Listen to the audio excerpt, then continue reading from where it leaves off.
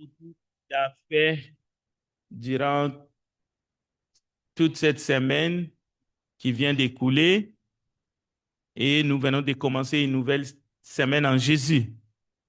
Mais nous pouvons dire que toute notre vie, le Seigneur a fait des merveilles dans la vie de chacun. Bien que nous avons traversé des épreuves, nous avons traversé des moments difficiles, mais le Seigneur est vivant. Nous avons parmi nous des frères qui ont voyagé. Je voudrais remercier Dieu pour le retour de frère Echo et sa femme ainsi que leurs enfants. Mais il y a aussi la sœur Anna qui a voyagé avec Olivia et bien d'autres qui sont revenus parmi nous. Nous sommes véritablement dans la joie pour tout ce que le Seigneur est en train d'accomplir parmi nous. Je voudrais saluer ceux qui sont en ligne avec nous ce matin. Nous leur souhaitons la bienvenue et que la grâce de notre Seigneur les accompagne. Alors, merci à notre frère qui nous a dirigés dans la lecture ce matin et aussi à notre frère qui nous dirige dans les cantiques, le frère Eximon. Nous allons maintenant nous concentrer dans une deuxième lecture de la parole de Dieu pour compléter et commencer le message de ce matin. Cherchez dans votre Bible l'Épître aux Romains, chapitre 11. Nous allons lire quelques versets. D'abord le verset 1er et ensuite nous lirons le verset 22 jusqu'au verset 23 et nous lirons 32 à 36. Ça concerne le message de l'Évangile. L'Évangile est une puissance pour le salut de quiconque croit. Alors si vous êtes ici ce matin ou si vous êtes en ligne, asseyez-vous confortablement et recevez le message qui vous vient du ciel. Parce que cette parole a son auteur. Cette parole, c'est la signature de notre Seigneur Jésus-Christ. Romains chapitre 11, verset 1. Je dis donc, Dieu a-t-il rejeté son peuple? Loin de là. Car moi aussi, je suis israélite de la postérité d'Abraham, de la tribu de Benjamin. Le verset 22. Considère donc la bonté et la sévérité de Dieu. Sévérité envers ceux qui sont tombés et bonté de Dieu envers toi. Si tu demeures ferme dans cette bonté, autrement tu seras aussi retranché. Eux de même, s'ils ne persistent pas dans l'incrédulité, ils seront hantés, car Dieu est puissant pour les hanter de nouveau. Car, le verset 32, Dieu a renfermé tous les hommes dans la désobéissance pour faire miséricorde à tous. Le verset 33, ô profondeur de la richesse, de la sagesse et de la science de Dieu, que ses jugements sont insondables et ses voies incompréhensibles. Car qui a connu la pensée du Seigneur ou qui a été son conseiller? Qui lui a donné les premiers pour qu'il ait à recevoir en retour? C'est de lui, par lui et pour lui que sont toutes choses. À lui la gloire dans tous les siècles. Amen. Le message de l'Évangile, chers bien-aimés, chers auditeurs, c'est d'abord un message de miséricorde. C'est un message de grâce, mais une grâce puissante qui sauve, qui est capable de sauver le pécheur, quel qu'il soit, où qu'il soit. Partout où vous trouvez ce matin, sachez qu'il est capable de vous sauver. Jésus-Christ est venu sur la terre, il a versé son sang, il est mort pour nous racheter. Et sa parole est prêchée depuis Jérusalem jusqu'aux extrémités de la terre. Et chaque personne est censée recevoir cette parole de grâce pour être sauvé de ses péchés. Maintenant, il y a plusieurs dimensions. Parfois, nous les hommes, bien que nous avons été bien créés, bien que nous sommes bien faits, Dieu nous a tant aimés. Il nous a chéris au point qu'il a livré son fils son Fils unique, son Fils bien-aimé, pour que nous parvenons, pour que nous puissions nous réconcilier avec lui. Mais parfois, soit nous négligeons, soit nous sommes un peu, nous hésitons, parce qu'il y en a qui hésitent de venir au Seigneur Jésus. Et lui, il dit, venez à moi, vous tous qui êtes fatigués et chargés, et je vous donnerai du repos. Il veut vous sauver ce matin. Il veut vous sauver de vos péchés. Parce qu'il a porté nos péchés sur la croix. Et la Bible dit, c'est par ces meurtrissures que nous sommes guéris. Nous verrons dans la campagne, dans 2 semaines, qu'il est l'ami fidèle. Il est l'ami fidèle de ceux qui sont malades. Il est l'ami fidèle de ceux qui sont opprimés. Il est l'ami fidèle de ceux qui ont perdu tout espoir. Il est l'ami des pécheurs et les gens de mauvaise vie. Alors, avant d'aller plus loin, je vous invite de me diriger dans une courte prière. Nous te bénissons, grand Dieu des cieux, toi qui règnes et qui vis au siècle des siècles, toi dont le nombre de jours ne sont point comptés. Nous voici devant ton trône de grâce. Mortels que nous sommes, état dans ces corps, mais nous pouvons recevoir la vie, cette vie qui n'a pas de fin, de toi et de toi seul et par ta grâce. Fais-nous du bien ce matin. Remplis-nous, Seigneur, de ta parole. Aide-nous à rester fidèles, fidèles à toi, fidèles à ta parole, fidèles à nos engagements spirituels, mais aussi aide-nous à marcher dans la lumière. Nous te le demandons, Père, au nom de Jésus-Christ, notre Sauveur. Amen. Si vous lisez dans les livres d'Ézéchiel au chapitre 10, vous allez voir que le prophète a eu une vision. Oui, c'est une vision. Et dans cette vision, il a vu que la gloire de l'Éternel monta de dessus le chérubin et se plaça sur le seuil de la maison. En d'autres termes, le prophète a vu la gloire de Dieu se déplacer d'un endroit à un autre, d'un lieu à un autre. Cette vision l'a terrifié. Dans l'ancienne alliance, alors que le temple était encore fonctionnel, il y avait des prêtres qui étaient en place pour les rituels, pour les sacrifices.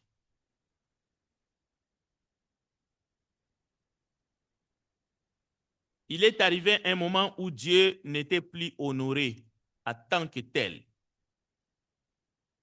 C'est à ce moment-là qu'Ézéchiel a vu dans une vision la gloire de l'Éternel qui monte au-dessus des chérubins et se déplace. Mais cette gloire n'a pas quitté le temple brusquement. Ézéchiel a vu que la gloire hésitait, la gloire avançait, puis finalement la gloire a quitté la maison. Ça, c'était dans l'ancienne alliance. La gloire était censée demeurer dans les temples. La gloire était censée demeurer dans le Saint des Saints. Dieu habitait parmi son peuple. Mais cela dépendait de l'obéissance du peuple.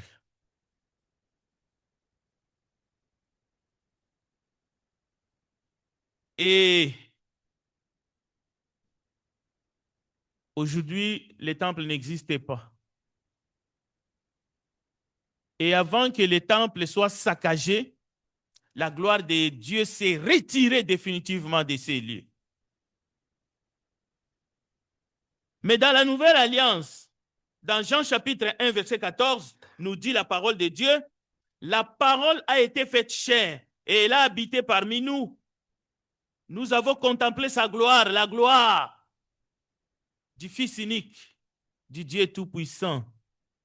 Dans la nouvelle alliance, la gloire de Dieu est une personne. Et cette personne, c'est Jésus-Christ. C'est lui qui nous apporta la grâce et la vérité. C'est lui qui est venu nous sauver de nos péchés. Et il a dit, si quelqu'un attend ma voix, mais voici, je suis devant la porte et si quelqu'un ouvre, j'entrerai chez lui et je souperai avec lui. Et pas seulement moi, mais ainsi que mon Père. Nous viendrons à lui. Mais c'est ici que lorsque nous entendons la parole de Dieu, chacun doit faire un examen de conscience. Nous devons nous examiner de la manière que nous écoutons. Jean chapitre 1, verset 14. Quand Dieu s'élève, quand l'esprit qui est censé habiter en nous peut s'élever et s'en aller, nous devons comprendre cette vision. Ézéchiel a vu que Dieu a quitté son propre temple. Dans la nouvelle alliance, le temple, c'est nous. Nous sommes le temple de Dieu en esprit. Si vous acceptez le Seigneur Jésus-Christ, si vous obéissez à l'évangile, vous devenez enfant de Dieu. Vous allez recevoir les dons du Saint-Esprit. Cher ami, Jésus a dit, je ne te quitterai plus, je ne t'abandonnerai plus, je serai avec toi, matin, midi, soir. Tu seras en Christ et Christ sera en vous. C'est un message de gloire. Mais ce qu'il faut retenir ici, c'est que le Dieu saint ne tolère pas un culte corrompu. Dieu commence toujours par des avertissements. L'Esprit commence toujours à avertir les 7 églises dans l'Apocalypse. Dieu avertit avant de partir. Et souvent, l'humain ne réalise même pas ce qu'il est en train de perdre ou ce qu'il peut perdre lorsque nous demeurons, par exemple, dans l'incrédulité ou dans le péché. L'Esprit de Dieu qui habite en nous n'est pas seulement attristé par notre comportement, par notre manière de vivre, mais il peut nous laisser vivre la vie que nous voulons. Il peut nous laisser choisir la voie que nous voulons. C'est pour cela, le culte ce matin, ce n'est pas pour nous plaire, c'est pour plaire à Dieu. C'est pour plaire à celui qui est mort et ressuscité pour nous sauver. Le culte est pour sa gloire et pas pour notre gloire. Même les offrandes et les sacrifices, c'était pour la gloire de Dieu. Il fallait que cela réponde à ses besoins, à son désir, à ses principes. Ce n'est pas pour nous. Le culte est voué à Dieu et à Dieu seul. Jésus est la gloire incarnée de Dieu.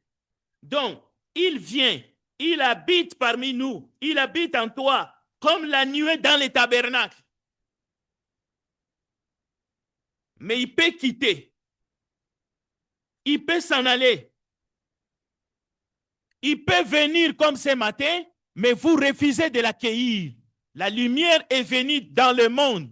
Il est venu chez les siens, mais les siens ne l'ont point reçu. Alors ce matin, Dieu vient vers vous. Il vous tend la main. Il veut marcher avec toi. Il veut vivre avec toi. Es-tu prêt à les recevoir? Va-t-il partir? Vas-tu le renvoyer? Le temple aujourd'hui, c'est nous. Dieu habite en nous par son esprit.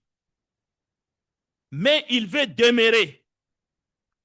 Pas dans un cœur partagé, mais dans un cœur obéissant. Un cœur droit. Un cœur engagé. Un cœur qui est prêt à lui plaire. Un cœur qui est prêt à faire des sacrifices, mais des sacrifices vivants, des sacrifices agréables. Voilà ce qu'il attend de nous. Voilà ce qu'il attend de toi.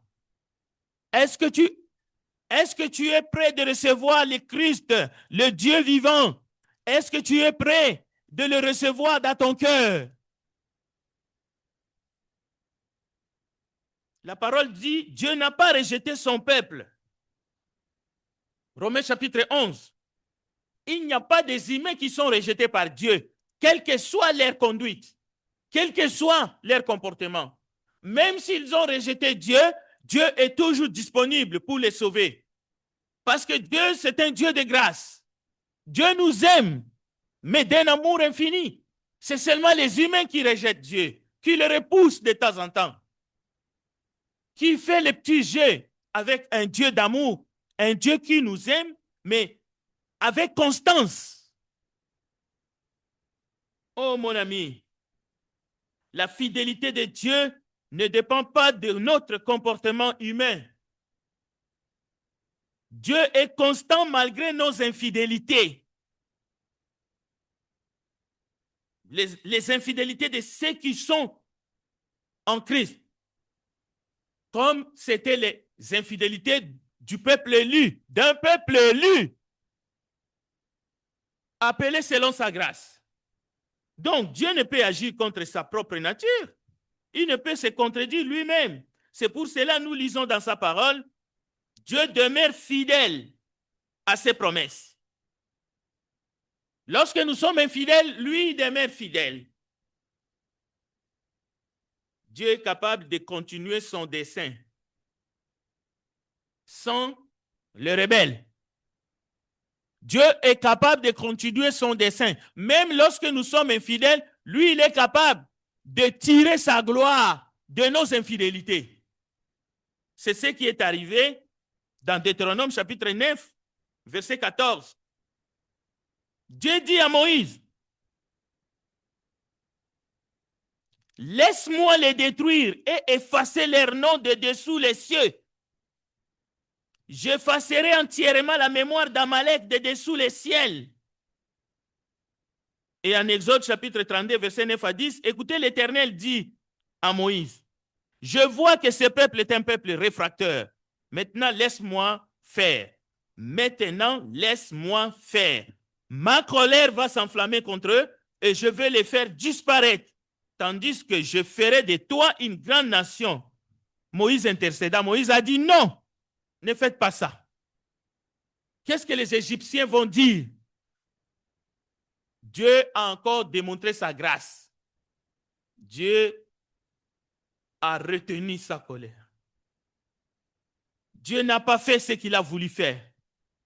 Dieu n'a pas détruit ses peuples. Mais nous avons ici un exemple. Nous qui sommes arrivés à ces siècles. Il est écrit, souvenons-nous du temps de Noé, du temps de Lot. Si les humains deviennent indignes, lâches, incrédules, Dieu est capable de continuer son dessein du salut pour les sauver et sauver le monde entier. C'est ça que Dieu veut faire. Mais il ne le fera pas malgré et contre la volonté des uns et des autres. Dieu ne viendra pas te sauver contrairement à ta volonté. Dieu veut que tu te laisses trouver par lui. Dieu veut que ce midi, que tu puisses lui ouvrir ton cœur. Dieu veut que tu te donnes à lui. C'est le principe même de la grâce de Dieu. Le salut vient de la grâce et non des œuvres. Aucun être humain ne pourra revendiquer le salut de Dieu parce qu'il a accompli telle ou telle chose. Le salut, c'est par la grâce. Et nous pouvons l'obtenir par le moyen de la foi. Mais nous devons marcher dans la fidélité. Nous devons faire tout ce que nous pouvons pour joindre à ce salut notre persévérance. Et Dieu est capable de nous aider dans ce sens.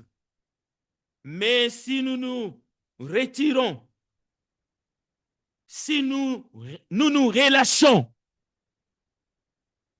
ou bien si nous continuons à ne pas recevoir cette grâce, il ne reste qu'un jugement. Mais un jugement sévère. Nous l'avons lu dans Romains chapitre 11. Un jugement sévère. Pourquoi c'est un jugement sévère? Parce que nous avons entendu, nous avons écouté, nous avons eu la grâce d'entendre l'évangile, le message de l'évangile, et nous n'avons rien fait.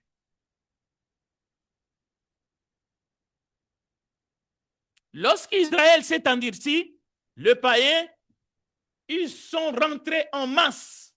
Ils ont accepté la grâce de Dieu et ils ont été sauvés. Et si Israël revient, Dieu est prêt à les accueillir. C'est ça le mystère de la grâce. C'est ça la bonté de Dieu qui se renouvelle chaque matin. L'Église, ce n'est pas une église de rupture avec la sainte doctrine. L'Église, c'est une église qui regarde les promesses et qui marche dans la foi, qui se contente des promesses que Dieu a faites à l'Église, qui ne regarde ni à gauche ni à droite. La conclusion, c'est que Dieu veut finalement faire miséricorde à tous. Romains chapitre 11, verset 32. C'est l'aboutissement de tous les raisonnements de Dieu. Et tous les prophètes et les apôtres ont prêché le même message. C'est pour cela Paul dit, si quelqu'un vient à vous et il amène un autre évangile, qui soit anathème, Dieu veut faire miséricorde à tous. Pourquoi? Parce que tous sont coupables. Et tous peuvent être sauvés. Tu peux être sauvé. C'est ça le message de l'évangile. Les voies de Dieu dépassent la logique humaine. Son plan, c'est un plan de justice, de miséricorde et de fidélité. Ces jugements n'ont rien à voir avec nos petits jugements. Nous ne sommes pas des conseillers de Dieu. Nous ne pouvons pas les conseiller de la manière qu'il va juger le monde, ni de la manière qu'il va juger chacun d'entre nous un jour. Il fait grâce à qui il veut. Tu viens de lui. Tout vient de lui. Par lui et pour lui. C'est la sagesse divine. Mais malgré cette grande sagesse, Dieu te dit, encore ce matin, crois au Seigneur Jésus et tu seras sauvé, toi et ta famille. Pourquoi tardes-tu? Lève-toi, sois baptisé et lavé de tes péchés. L'Église prêche le salut au nom de Jésus-Christ. Tu peux l'accepter ce matin. Veux-tu l'accepter ce matin? Veux-tu te faire baptiser ce matin pour le pardon de tes péchés? Alors viens, ne tarde plus. Que Dieu vous bénisse.